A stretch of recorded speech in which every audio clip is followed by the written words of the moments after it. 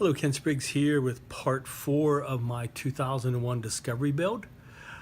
Quite a lot of progress done on this past week, a week or so, a little bit longer than a week. I completed quite a bit of the painting, especially in the back part. And this kit's going together fantastically. Different builds have different kind of a theme or a profile, you could say. Some kits that you build them quickly and they go together easily, but you spend a lot of time on lighting or weathering, or maybe, you know, the painting part of it if it has a lot of detailed painting inside. So this kit, a lot of building, which at first I thought would be tedious, but really it wasn't, and it's great to see it coming together and all the parts fitting just the way they're supposed to be. It's really well designed. And lots of painting. I've really honed my airbrushing skills quite a bit on this build because of all the detail that I did with the painting mask. So, and again, turning out beautifully. I really like the results. So very enjoyable build. So I pretty much have everything completed behind the command module. So the entire spine, the antenna array, the propulsion unit, all the detailing is done. The only thing I have to do in the end is to put a light blending coat over top of it, which I'm not going to do until I finish painting the command sphere as well. So, I'm going to show you what I've completed and the progress I've made, and then we'll start working on the interior with the photo etch, and then that will be the next build. So, okay, so let me show you where we're at currently and the great progress I've made.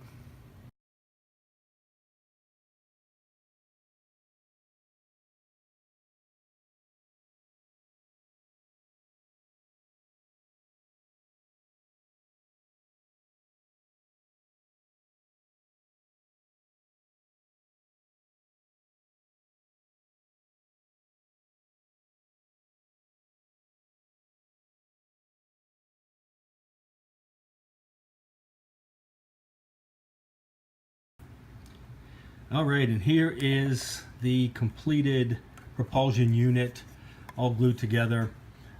Everything painted except for the very last top blending coat of a very light gray to blend all of these stark colors together. I have a little bit of some darkness on those little engine ports there. I used the Tamiya Weathering Master from the B set. I have the soot there in the center. Gives it a nice black grimy look. That'll probably be lightened up a bit when I do the final blending coat, but I can go over it again to darken those. So you get that nice iconic view of the ship that we see from the beginning of the movie, which you can see right there. I have on my television. All right, so this is complete until I finish the spine and then get them together and do a blending of all of them, because you want to make sure that it all matches together. And I don't want to coat over too much of this and lose the detail, but I want them to all match as well. So, all right, so as you can see from the previous shots, I did more of the pattern in that back plate, including those little square parts in the back. I also used it on these rounded parts in front of the engine tubes, nothing in the middle because it already has a lot of detail. And then I did it on the ends, on the outside as well. And then, as I showed in the previous video, I have a little piece of styrene in between the ends here, and they're glued together so they stay nice and sturdy, otherwise they would wobble around, and get them positioned the way they're supposed to be. All right. So that turned out fantastic. I really can't say enough about these masks from Aztec Dummy. Fantastic product from Lou Dalmasso. Highly recommend this set. If for nothing else, I mean, it's mainly just for the body of it is all that it is, really. But these alone, these pieces right here, to do the little fine detail are quite excellent. And they really bring this kit to life. So I highly recommend that. So what I want to do is just kind of go over real quick again the process that I use with these to make it successful. At first I had a bit of a trouble. I started doing the spine, and as you can see, some of these are darkened, but some of them I was having trouble getting a nice crisp pattern to come through. And I think the problem initially was that I thinned the paints out so that they would go through the airbrush and that they would dry faster. But I think the problem was they were too thin, and so they got underneath the template, and they got on the kit, and some of them were kind of botched up, as you can see right there.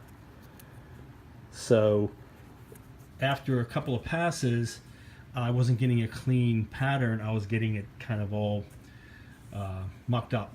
So when I started on this, I just used the straight Tamiya paint in the airbrush. No thinning, just put it straight in there, and it came out just fine. It goes on thicker, so it coats with less application, and it stays.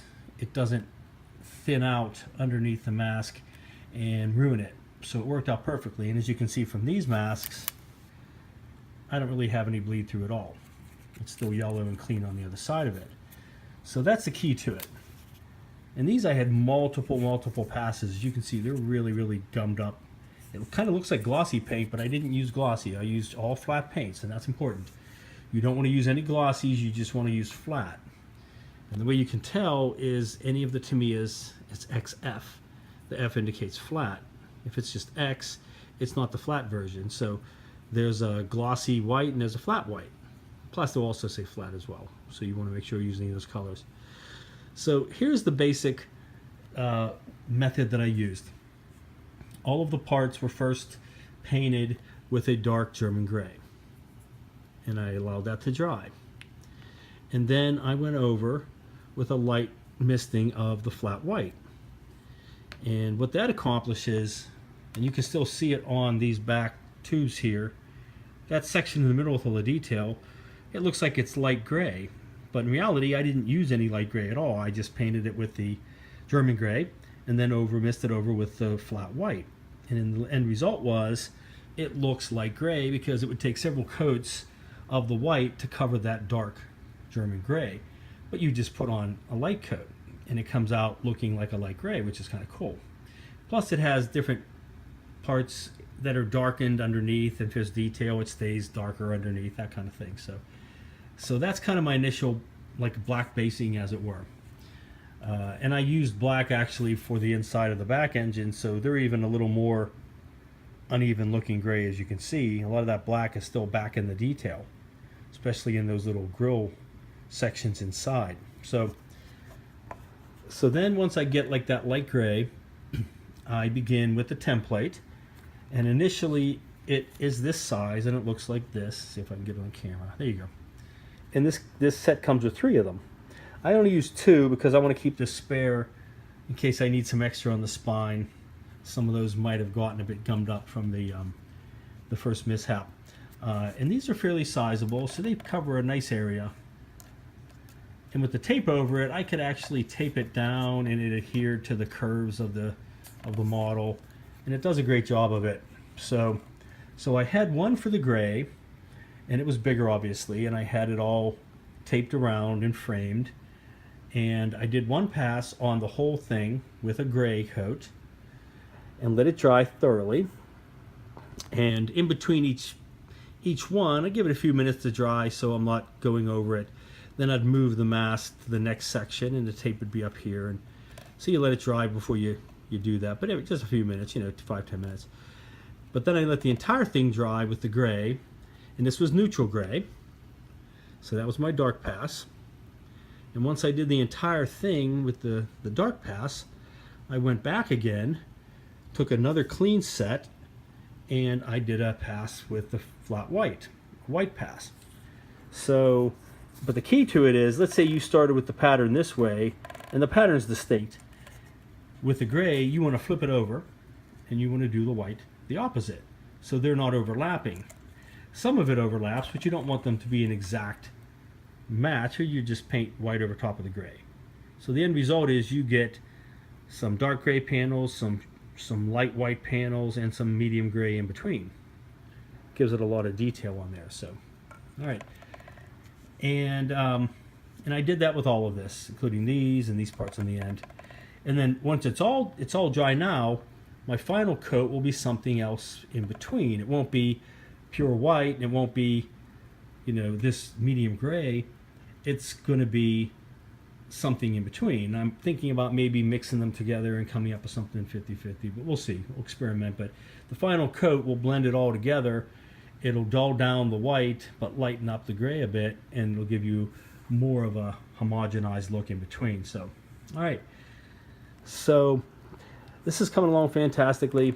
Definitely like that pattern. It really brings that to life. So for now, this part is complete until I'm ready for that final coat. Let me go ahead and put this onto the front, and I'll kind of show you how this looks with the whole kit together. And keep in mind, the rest of it, the rest of the spine and the cone in the front and the command module aren't painted yet, but let me show you that. All right, and here's that iconic shot that you see from the back of it when you first see the Discovery, and it's just going on and on and on. And you see the engines. So as you can see, I decided to just keep them dark. I don't want them to be lit up because that's kind of the image that we see. All right. And it's really, it's kind of, it's sturdy, but it will wobble in the middle if I hold it there. So I kind of hold it down towards the floor, and it keeps it vertical. It keeps all the weight on it. So other than that, I could hold it with one hand. Hold on a second here. There you go. Sorry about that. There you go. So I could hold it with one hand, and it's still sturdy enough, but it's hard to see because I can't give you a whole shot of it, but it would bow just a little bit if I'm supporting it just in the middle like this. But there you go. Okay.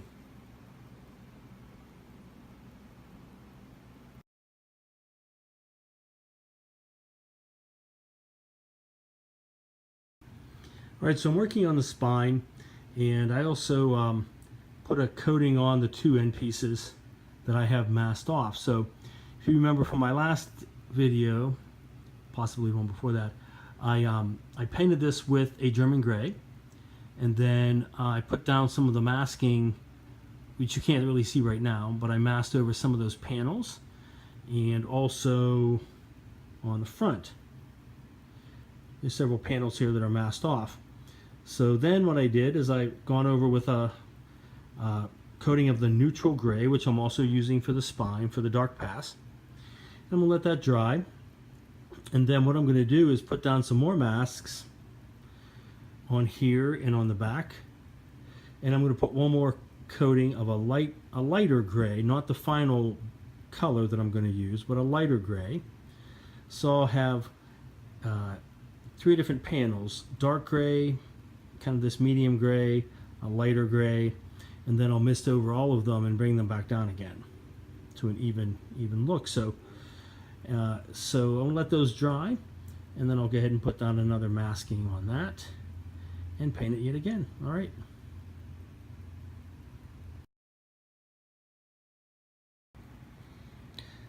So I'm working on the spine, and it's coming along really well.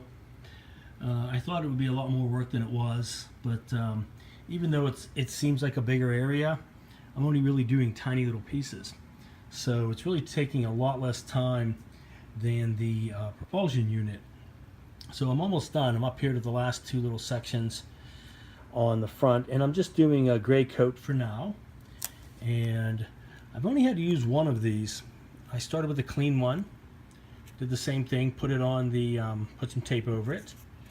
And I was thinking of doing more than one at a time, but really it's quite easy to just do one at a time. I just adhere one on, airbrush it, and then give it a few moments to dry, take it off, and do the other one. So what I'll do is I'll go ahead and put this down on this piece up here, and I'll just kind of show you how I do one of these, just to kind of give you an idea how easy it is.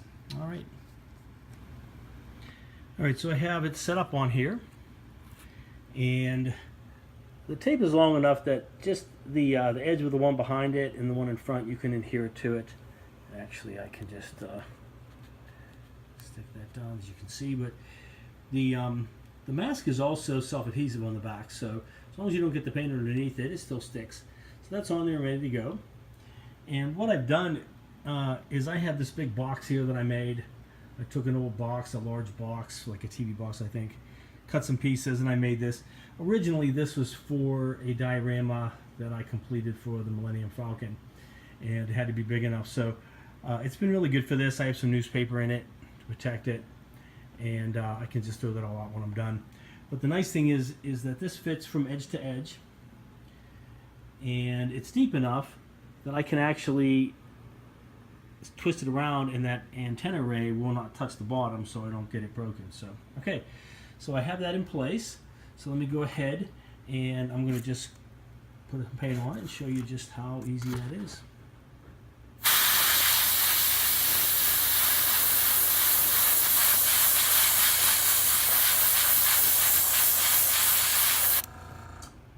All right, it's simple as that. And then what I like to do, I have a double action airbrush. I bought a Neo, so I can just put air on it.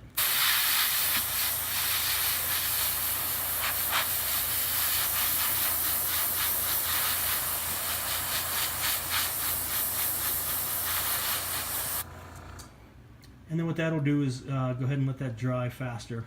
So, all right, let me put my airbrush down, and I'll go ahead and show you how that looks. All right, so now that that's done, just pull it off, and there you go.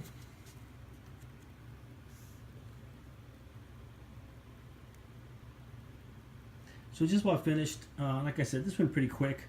I finished this all in just a few hours in the evening here. And then I'll let that dry overnight. I'll go back over and I'll get another piece, and I'll reverse it, as I said, and do a white pass. And do the same on the rest of it. All right. And I'm going to look and see. I don't know if I want to try to do something with it in between the spines. I'll probably try. Sorry for the shadows there, but it's a little harder to get down inside this part here in between it, as you can see. And there's some detail there, so I'm not sure if I need to do that or not. We'll see. Maybe like some of these more basic panels right there. All right, but coming along well. All right. All right, so before I put the white pass on the spine sections here, I wanted to put another coat onto these ends here. So I put some more masking down. And I still have masking down over top of the German gray before I painted this coating of neutral gray. And you can even see that one bit there that's kind of sticking through. That's just the masking, some of the paint coming off the masking. So I've masked off some more parts, and then I'm going to paint it with a lighter gray. And I did the same on the front. And same thing, I still have some patterns down. It's kind of hard to see them since they're now covered with neutral gray paint. But there's other parts on there. So I'm now going to go ahead and put a lighter gray, and what I'm going to be using is Tamiya's Royal Light Gray. So it's light as well. It's very light.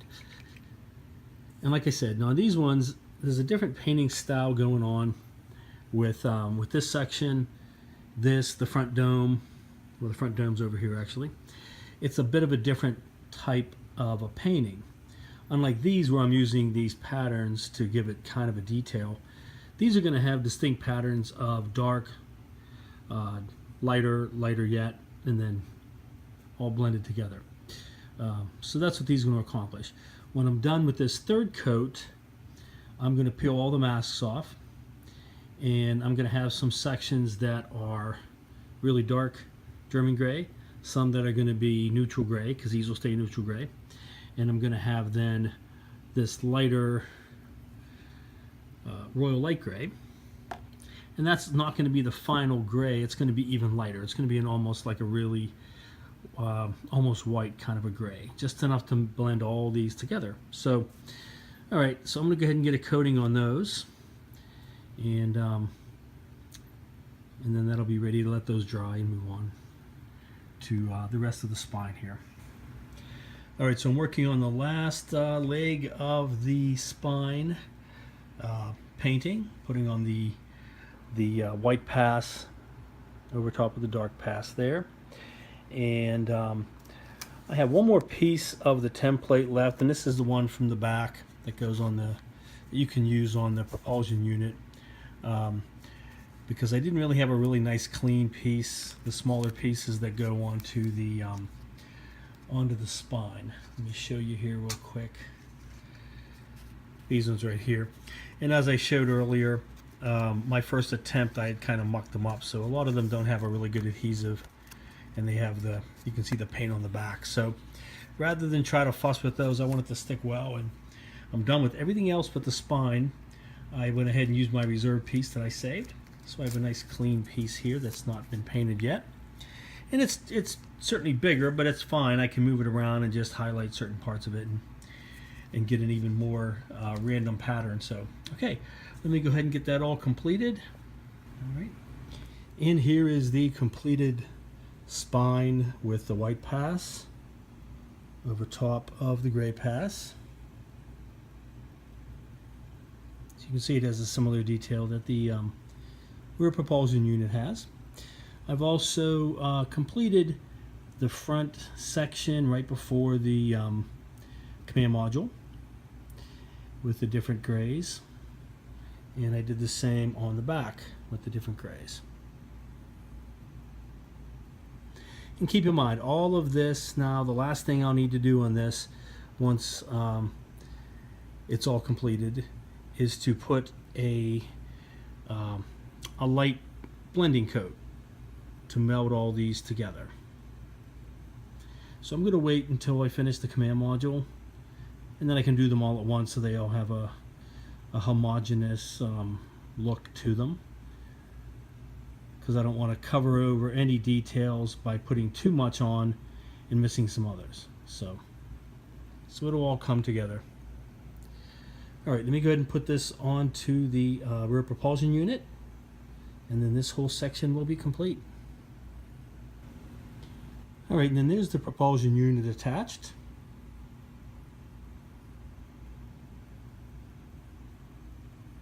Okay.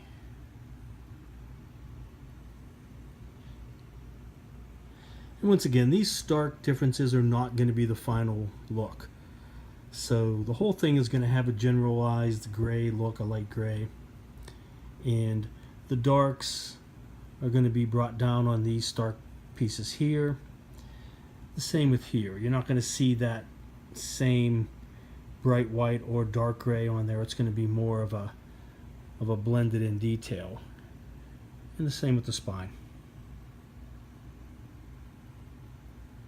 When I'm done, it'll have a it'll all just have kind of a light gray look, but you'll see the detail underneath. And these will be a little more obvious, where you'll see these patterns, they'll be a different shade, just like they are in the movie. So, alright. So, this entire section from behind the command module, all the way back through the spine to the propulsion unit is all completed, other than the final blending coat. So, I'm going to go ahead and set this aside, and we're going to go ahead and focus on the command module and start working on the photo etch for the interior. Once I get that hashed out, then we can start looking at painting that as well. Okay. Alright, so I'm going to go ahead and just wrap up this video by showing some of the parts that I'm going to start using to light up the build, basically, and then light up the pod bay and the cockpit. So I started working on the photo etch, and I'll go over this in the next video. This will be the main focus, but I'm cutting out some pieces to put in some more realistic looking oxygen tanks, and I'm going to use some styrene to build up some of the more detail on here, that sort of thing. I got some electronics in the mail from Evans Designs, which is part of modeltrainsoftware.com right there. I get all of my electronics from them. They're quite excellent, reasonably priced, and they always have a coupon, my15 coupon code, that if you buy more than $40, you get 15% off, and in addition, over $40 you get free shipping, which is great. So I stocked up on a lot of parts that I needed. this piece here is a remote control sensor. So I already have the remote control because I've used this with other kits. Most recently, my Millennium Falcon 144 from Bandai. So what you do with this is you build this inside of the kit, and that little teeny black lead right there, that's a sensor. So the flat end of it, all I have to do is have that sticking through the plastic somewhere. Try to get a shot of that where you can get the sensor to meet up with it, and then you have a little remote control, and you simply turn it on. It'll control all the lights. So I'm going to do that with this kit as well, so I don't have a switch on it. It'll be fairly easy to be able to get this piece to stick out of the command module in one of the areas where there's some detail, and just be able to wire the rest of it. So I also got 12 of the coal white chip LEDs. They're a little bit bigger than the, let me see if I can show them on there. Let me take those out and I'll show you real quick. Alright, so here are the chip lights. So they're still pretty tiny. I got 12 of those, and they're the coal white, and they're very bright, and they're pre-wired. So what I'll be using them for is these little sections right here, those ones right there. So like 6 in those ones right there, and then probably 2 or 3 right here to shine through. So we'll see. I might build some kind of a light box around it, so I might need less of them, but those will light up from the top. This is the roof, and they'll shine down in the pod bay. Other than that, there'll be lights in the cockpit, of course, cockpit section, and the hallway behind it. I do want to build, like, behind this little wall for the lab. I'm going to build a little room behind it, and it's just a little teeny, I'll have to scratch build it, but in the movie you see a bank of 6 little monitors, and they're kind of bluish looking on a black background, so I might do that as well. Other than that, I'm not going to have any lights on the outside of the kit. I'm not going to light up the engines, because quite honestly, in 2001, A Space Odyssey, they don't light up. 2010, at the end, we do see them light up when they're launching at the very end of the movie, but quite honestly, I've read the books as well, and from what it describes in 2010, the book, the propulsion system for the Discovery is nuclear, but it basically just heats up water and propels steam out behind it. So there really isn't any kind of rocket exhaust. It's a steam-based kind of a system, at least in the 60s when they come up with the idea for the movie. And obviously things have changed, so by the time they made 2010 in the 80s, they were more using something more popular or common, which is rockets, rather than like a steam-based propulsion unit. So I'm not going to light up the engines. I may use the little teeny engine grills. Let's see if I can get that picked up here. Come on. Yeah, okay. Right there. I may put these on the back only because they do look a little more accurate. They have the grills in the middle, but they have a ring around it, which the model does not. Focus. Okay, so I may do that and then paint those black. We'll see. But other than that, so I have the lights. I also got some more coin battery holders right there, and some batteries. There's 5 of them there. So once again, reasonably priced. This comes with a switch, but I'll just cut the switch off and wire this directly into the remote control sensor right here. And let me show that to you a little closer now. Okay, so very simple unit. You have this side of it. Sorry, get the focus. So you've got the leads going into the lights themselves, and the little sensor. and then you have the other end goes into the power supply. So the sensor just works as a switch.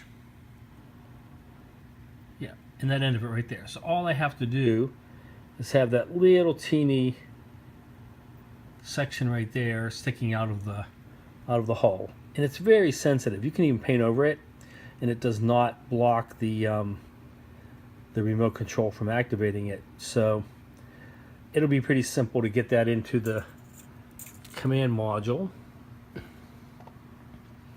I could even pick like that right there. That little rectangular part going sideways, I could easily cut that out, and I might even do that.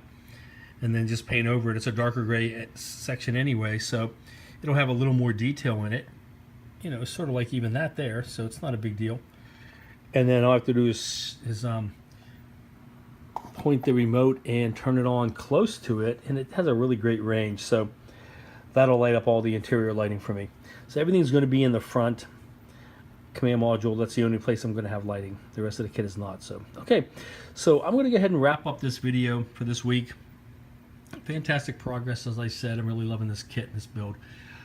In the next week, we'll go ahead and start working on the interior here and doing a lot of scratch building. I'm going to use this as the main structure, but I'm going to be adding a lot of stuff, adding more raised detail on the floor, some more things on the ceiling, and then the walls and that kind of thing, and getting that worked out. So okay, so thank you to all my subscribers. Keep watching, and we'll go ahead and get this built up, and I think it's going to be fantastic when it's all done. All right, thank you.